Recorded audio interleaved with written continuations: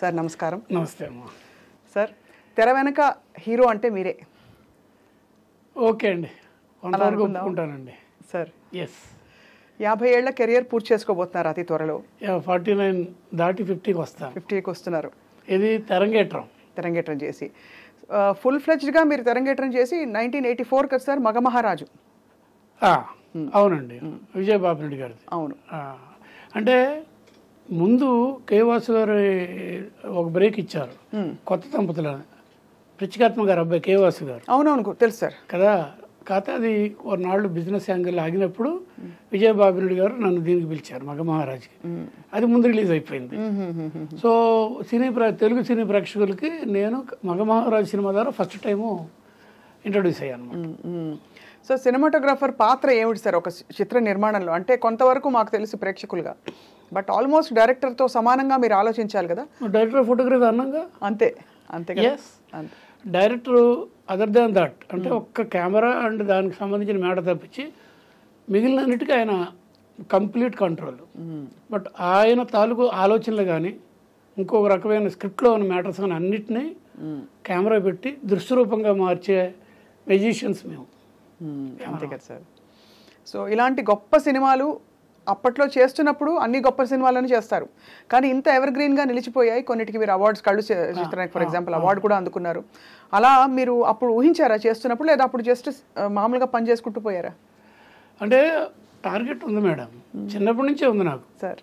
నాకు ఎందుకంటే మంచి మంచి సినిమాలు, ఇంటర్నేషనల్ ఫిల్మ్ ఫెస్టివల్స్, పదవంశీ నేను ఇండిపెండెంట్ కాకముందు నుంచి తగా వరల్డ్ సినిమా చూడ్డాలు, అవార్డు చూడాలో ఒక type of different film making మీద మైండ్ సెట్ ఉంది. ఓకే. అంటే మాస్ మీడియా ఒకటే కాదు, ఓవర్ సినిమాలు కాదు, అండ్ మెయిన్ స్ట్రీమ్ సినిమాల్లో కూడా విశ్వనాథ్ గారి ఏది కాదండి, మెయిన్ స్ట్రీమ్ శంకర్ ఏదైనా తీసుకున్నా బ్లాక్ బస్టర్స్ కదా. సో ఆ మైండ్ సెట్ ఉందండి. అంటే ఏదైనా కూడా కొంచెం స్పెషల్గా ఉండాలి. అది సినిమా స్పెషల్, డైరెక్టర్ స్పెషల్, నేను స్పెషలే. అదే మైండ్ సెట్, అలాంటి మైండ్ సెట్తో పనిచేశాను.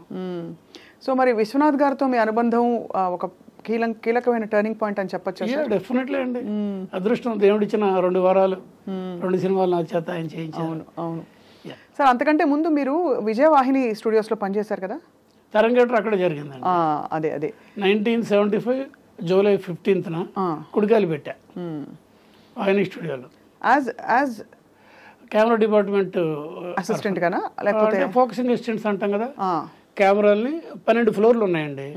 12 ఫ్లోర్లు 12 రకాల సినిమాలు జరుగుతాయి. అప్పుడు ఏంటంటే చెన్నై కూడా కాదు, నేను వెళ్ళినప్పుడు మద్రాసు ఈ 12 ఫ్లోర్స్ ఉన్న వాహిని స్టూడియో అన్ని రకాల లాంగ్వేజ్లో జరిగేవి. Basic Tamil, next immediate Telugu, Malayalam, Kannada, Hindi అన్నీ అక్కడ జరిగేవి. సో ఆ 12 ఫ్లోర్స్లో జరుగుతున్నప్పుడు రకరకాల వాళ్ళతో పనిచేయాల్సిన అదృష్టం జరిగింది నాకు. అసలు సినిమాటోగ్రఫర్ అవ్వడం అనేది అంటే స్వతహాగా ఇంట్రెస్ట్ బాగా ఉంటే తప్ప రాదు. మీరు అందులో మీరు చదివిన సబ్జెక్ట్ కూడా కాదు కదా సార్, టెక్నికల్ ఆర్ట్స్ కొంత చదివారు.